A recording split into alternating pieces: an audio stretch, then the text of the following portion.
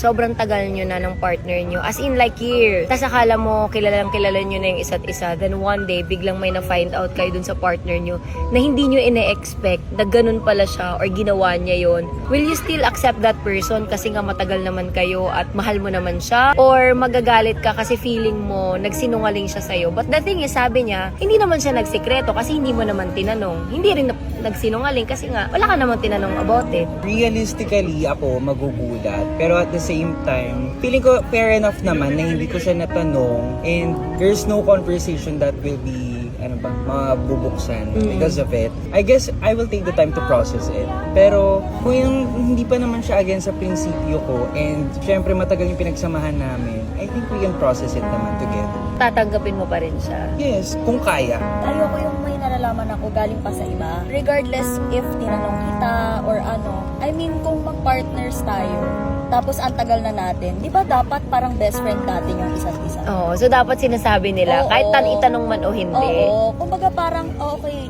ganito ako before, parang awareness lang. Wala naman na tayong issue doon sa ganon. Siguro i-raise ko lang siya.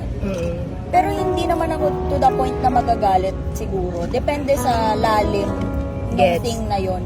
Hindi magagalit pero i-raise ko siya na dapat open book sa isa't isa. Ako naman, realistically speaking, hindi ko alam kung tanga lang ba ako, bobo ba ako, talagang ganun lang ako magmahal. Kasi lahat ng naging ka-relationship ko, parang iba yung pagkakakilala ko sa kanila nung una, kesa nung nakilala ko sila na naging comfortable na kami sa isa't isa.